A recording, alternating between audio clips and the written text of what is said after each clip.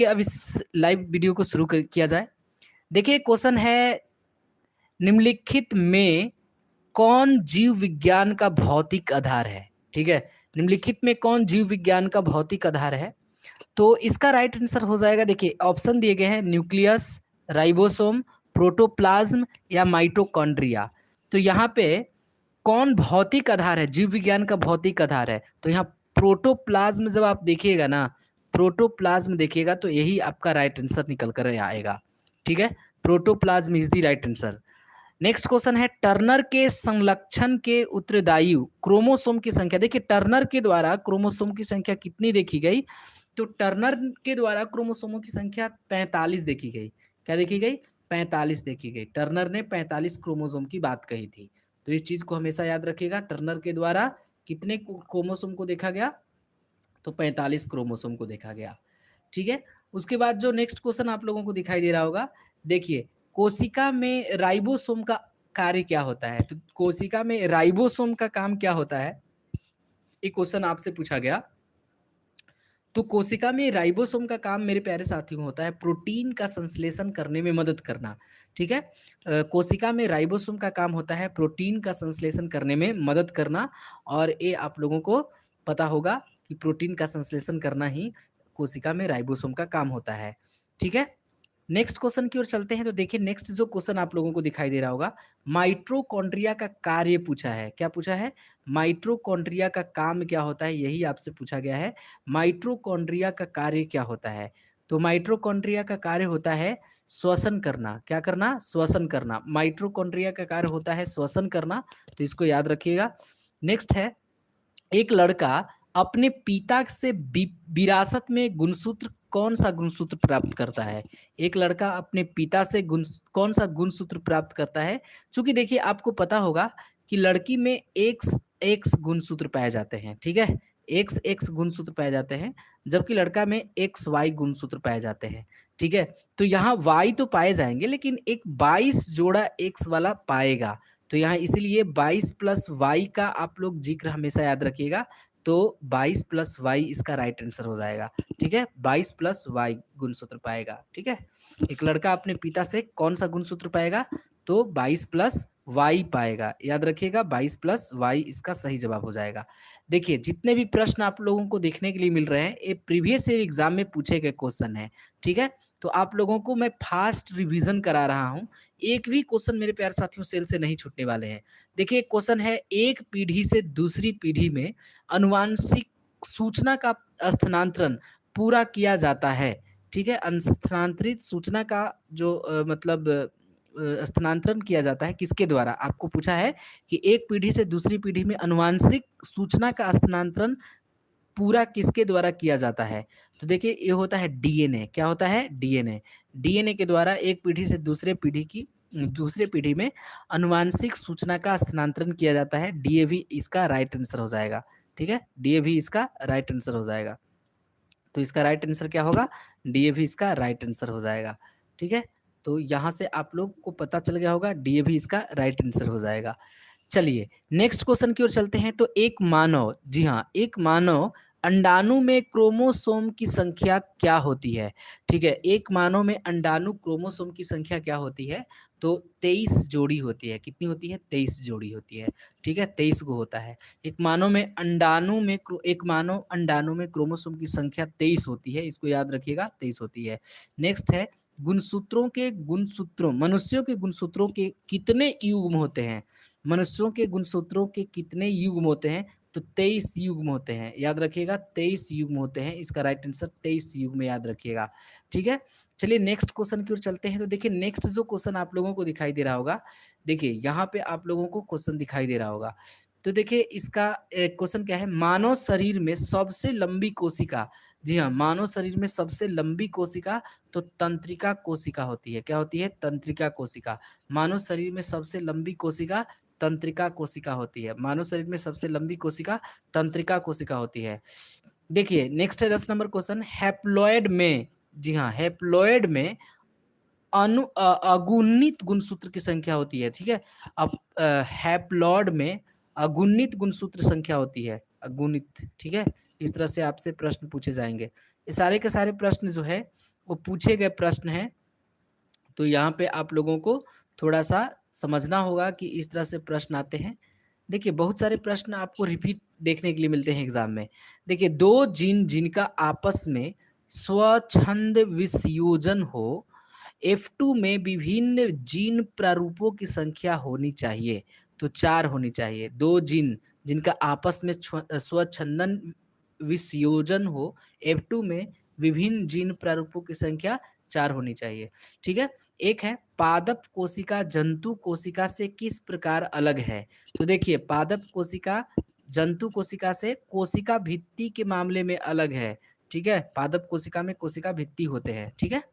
Next question की बात करें तो देखिए, नेक्स्ट जो क्वेश्चन आप लोगों को दिखाई दे रहा होगा, देखिए 13 नंबर क्वेश्चन जो दिखाई दे रहा होगा, यहाँ पे क्वेश्चन क्या बोला? सूक्ष्म जीवाणु को देखा जा सकता है। सूक्ष्म जीवाणु को देखा जा सकता है, तो देखिए कंपाउंड माइक्रोस्कोप के द्वारा, किसके द्वारा? कंपाउंड माइक्रोस्कोप के द्वारा। सूक्ष्म जीवाणु को देखा जा सकता है कंपाउंड माइक्रोस्कोप के द्वारा, ठीक है? नेक्स्ट है जीवों में अनुवांशिक लक्षण संतान में ले जाए जाते हैं तो क्रोमोसोम के द्वारा, किसके द्वारा? क्रोमोसोम के द्वारा। जीवों में अनुवांशिक लक्षण संतान में ले जाए जाते हैं तो क्रोमोसोम के द्वारा। इसका राइट आंसर क्या हो जाएगा? क्रोमोसोम के द्वारा, ठीक है? क्रोमोसोम के द्वारा, याद रखिएगा, क्रोमोसोम के द्वारा। नेक्स्ट जो क्वेश्चन मेरे प्यारे साथियों है, क्वेश्चन क्या है? डीएनए की संरचना को सबसे पहले किसने रेखांकित किया? जी हाँ, डीएनए के संरचना को सबसे पहले किसने रेखांकित किया? तो उसका नाम है जेम्स वाटसन और क्रिक। वाटसन और क्रिक, याद रखिएगा, वाटसन और क्रिक। डीएनए की संरचना को सबसे पहले किसने रेखांकित किया? तो वाटसन और क्रिक इसका राइट आंसर हो जाएगा। वाटसन और क्रिक इसका सही जवाब हो जाएगा, ठीक है? चलिए नेक्स्ट क्वेश्चन की ओर चलते हैं। तो देखिए यहाँ पे आपको 16 नंबर क्वेश्चन दिखाई दे रहा होगा। डीएनए की निम्नलिखित में से किस विशिष्टता ने उसे पीढ़ी दर पीढ़ी अनुवांशिक सूचना संग्रह करने और प्रेषण करने के लिए अद्वितीय रूप से उपयुक्त बनाया है? तो देखिए द्विकुंडली है। क्या है? द्विकुंडली। क्या है? द्विकुंडली। डीएनए की निम्नलिखित में से किस विशिष्टता? तो द्विकुंडली होती है संरचना इसकी। डीएनए की संरचना द्विकुंडली होती है। चलिए नेक्स्ट जो क्वेश्चन आप लोगों को दिखाई दे रहा होगा, देखिए नेक्स्ट क्वेश्चन है प्रोटीन संश्लेषण में निम्न कोशिकांगों में से किनकी भूमिका सबसे अधिक महत्वपूर्ण है? प्रोटीन संश्लेषण में निम्न कोशिकांगों में से किनकी भूमिका सबसे विशिष्ट होती है? तो अंतःद्रवी जालिका और राइबोसोम, ठीक है? अंतःद्रवी जालिका और राइबोसोम, अंतःद्रवी जालिका और राइबोसोम, अंतःद्रवी जालिका और राइबोसोम, अंतःद्रवी जालिका और राइबोसोम। चलिए नेक्स्ट क्वेश्चन की ओर चलते हैं। तो देखिए क्वेश्चन क्या है? शिशु का पितृ तत्व स्थापित करने के लिए निम्नलिखित में से किसी एक तकनीक का प्रयोग किया जा सकता है? यानी शिशु का पितृत्व स्थापित करने के लिए निम्नलिखित में से किसी तकनीक का प्रयोग किया जाता है? तो डीएनए फिंगरप्रिंट का। क्या? डीएनए फिंगरप्रिंट का, ठीक है? पिता से उसका मैच किया जाता है, डीएनए फिंगरप्रिंट, ठीक है? चलिए नेक्स्ट क्वेश्चन देखिए क्या क्वेश्चन आया है। तो देखिए नेक्स्ट क्वेश्चन है प्रयोगशाला में सर्वप्रथम डीएनए का संश्लेषण किया था, किसने किया था? तो खुराना ने किया था। किसने किया था? खुराना ने किया था, याद रखिएगा। प्रयोगशाला में सर्वप्रथम डीएनए का संश्लेषण किसने? अरविंद खुराना। क्या नाम है? अरविंद खुराना। नेक्स्ट है कोशिका के अंदर संरचना का प्रवाह किसके द्वारा होता है? कोशिका के अंदर सूचना का प्रवाह किसके द्वारा होता है? तो आरएनए के द्वारा होता है। किसके द्वारा होता है? आरएनए सूचना प्रदान करता है, ठीक है? डीएनए में उपलब्ध कौन सा यौगिक एमिनो अम्ल नहीं बनाता है? तो टायरोसिन। क्या? टायरोसिन एमिनो अम्ल नहीं बनाता है। टायरोसिन अमीनो अम्ल नहीं बनाता है। टायरोसिन अमीनो अम्ल नहीं बनाता है। टायरोसिन इसका सही जवाब हो जाएगा। चलिए नेक्स्ट क्वेश्चन की ओर चलते हैं। तो नेक्स्ट क्वेश्चन आप लोगों को दिखाई दे रहा होगा। देखिए यहाँ पे जो क्वेश्चन दिखाई दिए आपको देखना है, प्रकर्मिक कोशिका मृत्यु के कोशिकीय और आणविक नियंत्रण को कहते हैं। क्या कहते हैं? तो काल प्रभावन। क्या कहा जाता है? काल प्रभावन कहा जाता है।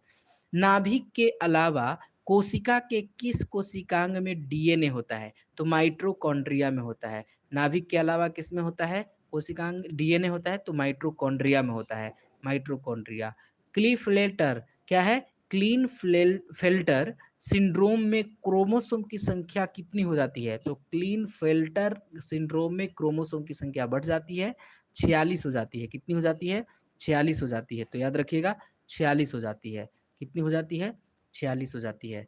चलिए नेक्स्ट क्वेश्चन की ओर चलते हैं। शुक्राणु में क्रोमोसोम की संख्या होती है, तो देखिए शुक्राणु में 23 गो होती है। कितनी होती है? 23 गो। शुक्राणु में क्रोमोसोम की संख्या कितनी होती है? 23 होती है। टमाटर में कौन सा वर्णक पाया जाता है? तो देखिए टमाटर में लाइकोपेन पाया जाता है, इसी के कारण लाल दिखाई देता है। टमाटर में कौन सा वर्णक पाया जाता है? तो लाइकोपेन के कारण होता है। ठीक है। कोशिका का शक्ति गृह यानी पावर हाउस ऑफ सेल कहा जाता है, तो माइटोकॉन्ड्रिया को कहा जाता है। ये फेमस क्वेश्चन है, वीवीआई क्वेश्चन है। कोशिका का शक्ति गृह किसे कहा जाता है? तो माइटोकॉन्ड्रिया को कहा जाता है। माइटोकॉन्ड्रिया याद रखिएगा। ठीक है, माइटोकॉन्ड्रिया को कहा जाता है। माइटोकॉन्ड्रिया याद रखिएगा। चलिए नेक्स्ट क्वेश्चन की ओर चलते हैं। तो देखिए यहाँ पे क्वेश्चन क्या है, किसे आत्महत्या की थैली कहा जाता है? तो देखिए लाइसोसोम का नाम याद रखिएगा। किसे आत्महत्या की थैली कहा जाता है? तो लाइसोसोम इसका राइट आंसर हो जाएगा। किसे आत्महत्या की थैली कहा जाता है? तो लाइसोसोम इसका नाम याद रखिएगा। डीएनए से डीएनए का बनना कहलाता है, तो रिप्लिकेशन क्या कहलाता है? रिप्लिकेशन कहलाता है। डीएनए से डीएनए बनना रिप्लिकेशन है। डीएनए से आरएनए बनना ट्रांसक्रिप्शन क्या कहलाता है? ट्रांसक्रिप्शन। तो इसमें आप लोग देखिएगा डीएनए से डीएनए रिप्लेक्शन कहलाता है। क्या कहलाता है? रिप्लेक्शन। चलिए नेक्स्ट जो क्वेश्चन आप लोगों को दिखाई दे रहा होगा, देखिए नेक्स्ट जो क्वेश्चन है यहाँ पे, प्लाज्मा मेम्ब्रेन के निर्माण संबंधी अनेक मत दिए गए हैं, जिनमें सर्वमान्य है क्या? तो फ्यूल्ड मॉस्क्यू मॉडल। क्या नाम है? फ्यूल मॉस्क्यू मॉडल याद रखिएगा। Fuel mosque model. चलिए नेक्स्ट क्वेश्चन की ओर चलते हैं। तो देखिए यहाँ पे हम लोग पहुंच गए थे, 29 तक पहुंच गए थे। ठीक है। चलिए क्वेश्चन नंबर 31। क्वेश्चन नंबर 31 में क्या है, फ्लूड मोसेक मॉडल किसने दिया? तो देखिए सिंगर और निकोलसन ने दिया। किसने दिया? सिंगर और निकोलसन। ठीक है, फ्लूड मोसेक मॉडल को किसने दिया? तो सिंगर एवं निकोलसन ने दिया। किसने दिया? सिंगर एवं निकोलसन। कोशिका सिद्धांत किसने दिया? तो स्लाइडेन और स्वान ने दिया। किसने दिया? कोशिका सिद्धांत किसने दिया? स्लाइडेन एवं स्वान दिया। कोशिका का सिद्धांत किसने दिया? स्लाइडेन एवं स्वान दिया। कोशिका का सिद्धांत किसने दिया? स्लाइडेन एवं स्वान दिया। ठीक है, स्लाइडेन एवं स्वान याद रखिएगा। स्लाइडेन एवं स्वान याद रखिएगा। चलिए नेक्स्ट क्वेश्चन की ओर चलते हैं। तो देखिए क्वेश्चन क्या है, इलेक्ट्रॉन माइक्रोस्कोप का आविष्कार किसने किया? इलेक्ट्रॉन माइक्रोस्कोप का आविष्कार किसने किया? तो देखिए एम नॉल एवं रस्का 1932 में किया था इलेक्ट्रॉन माइक्रोस्कोप का आविष्कार। नॉल और रस्का नाम याद रखिएगा। नॉल और रस्का 1932। नॉल और रस्का 1932। सबसे छोटी कोशिका होती है तो माइकोप्लाज्मा की। किसकी? माइकोप्लाज्मा की। सबसे छोटी कोशिका किसकी होती है? माइकोप्लाज्मा की। सबसे छोटी कोशिका माइकोप्लाज्मा की। ठीक है। उसके बाद मेरे प्यारे साथियों नेक्स्ट जो क्वेश्चन आप लोगों को दिखाई देगा, देखिए नेक्स्ट क्वेश्चन है, डीएनए के एक न्यूक्लियोटाइड में होता है, क्या होता है? शर्करा होता है, नाइट्रोजनी क्षार होता है और फॉस्फेट होता है। तो डीएनए के एक न्यूक्लियोटाइड में होता है शर्करा, नाइट्रोजनी क्षार और फॉस्फेट होता है। किस अवस्था में डीएनए का संश्लेषण होता है? तो एस फेज में होता है। किस में होता है? एस फेज में होता है। किस अवस्था में डीएनए का संश्लेषण होता है? तो एस फेज में होता है। किसमें? एस फेज में। विभाजन की किस अवस्था में केंद्रक झिल्ली गायब हो जाती है? तो मेटाफेज में। किसमें? मेटाफेज में। विभाजन की किस अवस्था में केंद्रक झिल्ली गायब हो जाती है? तो मेटाफेज में। किसमें? मेटाफेज में। ठीक है। चलिए नेक्स्ट क्वेश्चन की ओर चलते हैं। तो देखिए नेक्स्ट जो क्वेश्चन आप लोगों को दिखाई दे रहा होगा, क्वेश्चन है कौन सी अवस्था सबसे छोटी है? तो मेटाफेज। क्या है? मेटाफेज। कौन सी अवस्था सबसे छोटी होती है? तो मेटाफेज। किस अवस्था में सेंट्रोसोम विभाजित होता है? तो एनाफेज। किस में होता है? किस अवस्था में सेंट्रोसोम विभाजित होता है? तो एनाफेज। किसमें? एनाफेज। समसूत्री विभाजन के फलस्वरूप मातृ कोशिका से कितनी पुत्री कोशिका निर्माण होता है? 2 होता है। कितनी? 2 होता है। याद रखिएगा 2 होता है। ठीक है, 2 होता है।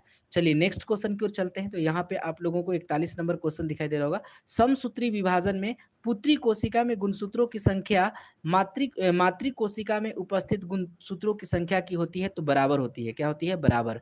अर्धसूत्री विभाजन होता है तो जनन कोशिका में। अर्धसूत्री विभाजन होता है जनन कोशिका में। अर्धसूत्री विभाजन होता है जनन कोशिका में। क्रॉसिंग ओवर होता है मियोसिस में। क्या होता है? क्रॉसिंग ओवर होता है मियोसिस में। क्रॉसिंग ओवर होता है मियोसिस में, ठीक है। शुक्राणु और अंडाणु का निर्माण होता है मियोसिस में। कहाँ होता है? शुक्राणु और अंडाणु का निर्माण होता है मियोसिस में। शुक्राणु और अंडाणु का निर्माण होता है मियोसिस में, याद रखिएगा। चलिए नेक्स्ट क्वेश्चन की ओर चलते हैं। तो देखिए नेक्स्ट जो क्वेश्चन आप लोगों को दिखाई दे रहा है, पादप कोशिका में कोशिका द्रव का विभाजन किसके द्वारा होता है? तो कोशिका प्लेट के द्वारा। किसके द्वारा? कोशिका प्लेट के द्वारा। कोशिका पादप कोशिका में कोशिका द्रव का विभाजन कोशिका प्लेट के द्वारा। कौन सा कोशिकांग केवल पादप कोशिका में पाया जाता है? तो देखिए कोशिका भित्ति, लवक और रिक्तिकाएं ये केवल पादप कोशिका में पाई जाती है, इसलिए सब हो जाएगा। याद रखिएगा कौन सी कोशिकांग केवल पादप में? तो कोशिका भित्ति, लवक और रिक्तिकाएं। कौन सा कोशिकांग केवल पादप कोशिका में पाया जाता है? तो कोशिका भित्ति, लवक और रिक्तिकाएं, याद रखिएगा। चलिए नेक्स्ट क्वेश्चन की ओर चलते हैं। तो देखिए नेक्स्ट जो क्वेश्चन आप लोगों को दिखाई दे रहा होगा, देखिए नेक्स्ट जो क्वेश्चन मेरे प्यारे साथियों आप लोगों को दिखाई दे रहा होगा, यहाँ पे देख सकते हैं कि क्वेश्चन किस तरह से पूछे गए। तो क्वेश्चन आप लोगों को दिखाई दे रहा होगा, देखिए क्वेश्चन नंबर 47, क्वेश्चन नंबर 47, फूलों और फल को विभिन्न प्रकार के आकर्षक रंग प्रदान करने का काम कौन करता है? तो क्रोमोप्लास्ट। कौन करता है? क्रोमोप्लास्ट। फूल और फल को विभिन्न प्रकार के आकर्षक रंग प्रदान करने का काम कौन करता है? तो क्रोमोप्लास्ट। कौन करता है? क्रोमोप्लास्ट। पत्तियों को हरा रंग प्रदान करने का काम कौन करता है? तो क्लोरोप्लास्ट। कौन करता है? क्लोरोप्लास्ट। देखिए क्रोमोप्लास्ट और क्लोरोप्लास्ट में अंतर है, ठीक है। पत्तियों को हरा रंग प्रदान करने का काम कौन करता है? क्लोरोप्लास्ट, जबकि फूलों और फलों को विभिन्न रंग प्रदान करता है क्रोमोप्लास्ट, ठीक है। चलिए नेक्स्ट क्वेश्चन की ओर चलते हैं। 49 नंबर क्वेश्चन आपको दिखाई दे रहा होगा, देखिए यहाँ पे 49 नंबर क्वेश्चन क्या बोला, लाइसोसोम में पाया जाने वाला वह एंजाइम जिनमें जीव द्रव को घुला देने या नष्ट कर देने की क्षमता होती है, क्या कहलाता है? तो हाइड्रोलाइटिक एंजाइम। क्या है? Hydrolytic enzyme. Hydrolytic enzyme. Question है निम्नलिखित में से किसने यह मूल अवधारणा प्रस्तुत की थी कि सभी जीव कोशिकाओं के बने होते हैं? तो स्लाइडेन। किसने? स्लाइडेन। किसने? स्लाइडेन और स्वान। स्लाइडेन और स्वान। स्लाइडेन और स्वान, याद रखिएगा। स्लाइडेन और स्वान। स्लाइडेन और स्वान, याद रखिएगा। नेक्स्ट क्वेश्चन की ओर चलते हैं। तो देखिए कौन सा कोशिकांग प्रोटीन संश्लेषण में प्रमुख भूमिका निभाता है?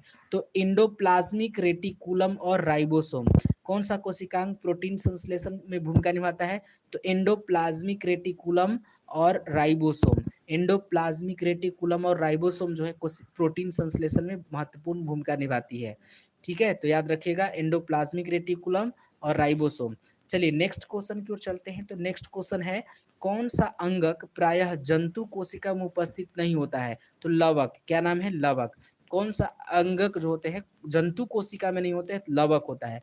जीव द्रव जीवन का भौतिक आधार है, यह किसका कथन है? तो हेक्सले का। कितना? किसका? हेक्सले का, ठीक है। इलेक्ट्रॉन सूक्ष्मदर्शी की खोज किसने किया था? नॉल और रस का। किसने किया? नॉल और रस का। इलेक्ट्रॉन सूक्ष्मदर्शी की खोज किसने किया? इलेक्ट्रॉन सूक्ष्मदर्शी की खोज नॉल और रस्का ने किया। नॉल और रस्का ने किया। देखिए नेक्स्ट क्वेश्चन की ओर चलते हैं। तो सर्वाधिक संख्या 2n में गुणसूत्र पाए जाते हैं। तो देखिए ऑफियोलोसिस में, किसमें? ऑफियोलोसिस में। कोशिकीय व आणविक जीवन विज्ञान की केंद्र कहाँ होती है? तो हैदराबाद है। कहाँ है? डीएनए की कहाँ है? हैदराबाद। डीएनए, डीएनए का पूछ रहा है, डीएनए का कहाँ है केंद्र? तो हैदराबाद। निम्नलिखित में से सबसे छोटी कोशिका? तो माइकोप्लाज्मा। किसकी? माइकोप्लाज्मा की। किसकी? माइकोप्लाज्मा की। तो देखिए मेरे प्यारे साथियों ये सेल यानी कोशिका से संबंधित 57 महत्वपूर्ण प्रश्न थे, जो कि ये सब पूछे गए प्रश्न थे, बिल्कुल आपके एग्जाम में पूछे गए प्रश्न थे। तो आगे आने वाले एग्जाम में कम से कम इतने प्रश्नों का जो संग्रह है ना वो आप लोग देख कर जाइएगा, ठीक है। तो आज के लिए बस इतना ही, मिलते हैं हम लोग नेक्स्ट वीडियो में। और एक बात मैं आप लोगों से कहना चाहूँगा कि अगर आप लोग चैनल पे नए हैं तो प्लीज़ चैनल को सब्सक्राइब कर लीजिएगा और बेल आइकन को प्रेस कर दीजिएगा, ताकि जब भी मैं कोई नए वीडियो को अपलोड करूँ उसका नोटिफिकेशन सबसे पहले आप तक पहुँचे। तो मेरे प्यारे साथियों आज के लिए बस इतना ही, मिलते हैं हम लोग नेक्स्ट वीडियो में, तब तक के लिए टेक केयर।